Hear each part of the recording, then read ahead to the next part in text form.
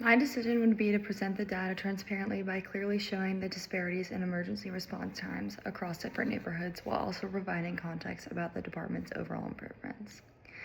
I would not hide or minimize the trends by only emphasizing citywide averages because that would prevent the public from fully understanding the challenges facing certain communities. However, I also would not present the information in a way that unfairly criticizes the department without acknowledging the progress that has been made. The final report would include the overall response time improvements, but it would also include a detailed breakdown by neighborhood, explaining where delays have increased and what factors may be contributing to those differences and delays. My goal would be to provide an accurate and complete picture of public safety performance. I made this decision because transparency and public trust are essential responsibilities of public servants. While I understand the concerns from leadership about public perception, my role as an analyst is not to protect the organization's image at the expense of important information. My responsibility is, however, to provide accurate information that allows leaders and the public to make informed decisions. The factor I prioritized the most in making this decision was honesty and accountability to the communities that we serve. The neighborhoods experiencing longer response times are likely the communities that depend most on effective emergency services. If the data is hidden or minimized, those residents may continue experiencing unequal service without the attention needed to address the problem. At the same time, I recognize the importance of organizational loyalty and stability. A negative report could lead to criticism, media attention, or budget challenges. However, I think that long-term public trust is more valuable than short-term protection of the department's reputation. A department that acknowledges problems and works to fix them rather than covers them up demonstrates responsibility and commitment to improvement. The main ethical tension in this situation is balancing transparency without organizational responsibility.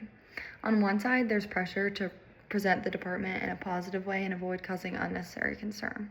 On the other hand, there's an ethical obligation to ensure that the public receives a truthful understanding of how the services are being delivered. Using the ethical triangle, I considered three perspectives. From a principal's perspective, public administrators have an obligation to be honest, accountable, and serve the public interest.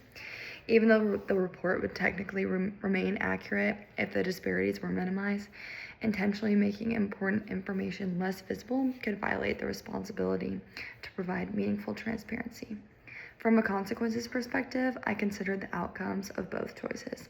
Hiding disparities may protect the department in the short term, but it could also allow problems to continue and potentially create greater harm for communities experiencing slower emergency responses.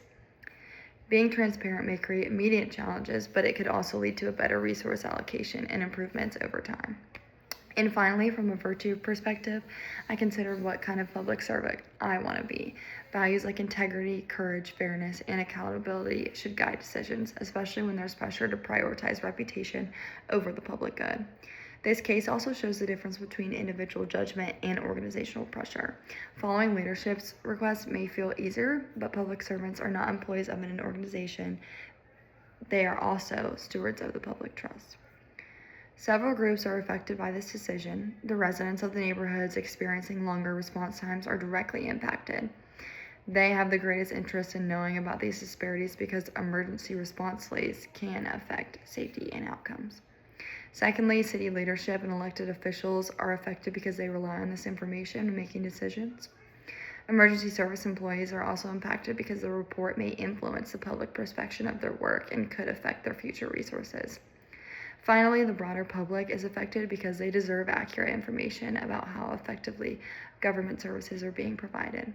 And in the short term, being transparent may result in criticism, increased media attention, or pressure on the department, and some stakeholders may view the report negatively. However, the long-term consequences are more positive. Transparency can strengthen public trust, encourage meaningful improvements, and help leaders identify where additional resources are needed. The trade-off that I'm accepting is that honesty may create short-term discomfort, but avoiding the issue could create larger problems in the future. Ultimately, this decision reflects the type of public servant I want to be, someone who values integrity, accountability, and service to the community. My responsibility as a senior analyst is to provide leaders and the public with the clearest understanding of reality, and by presenting the full picture of the data, I'm not undermining the department, I'm helping create the foundation needed to improve it.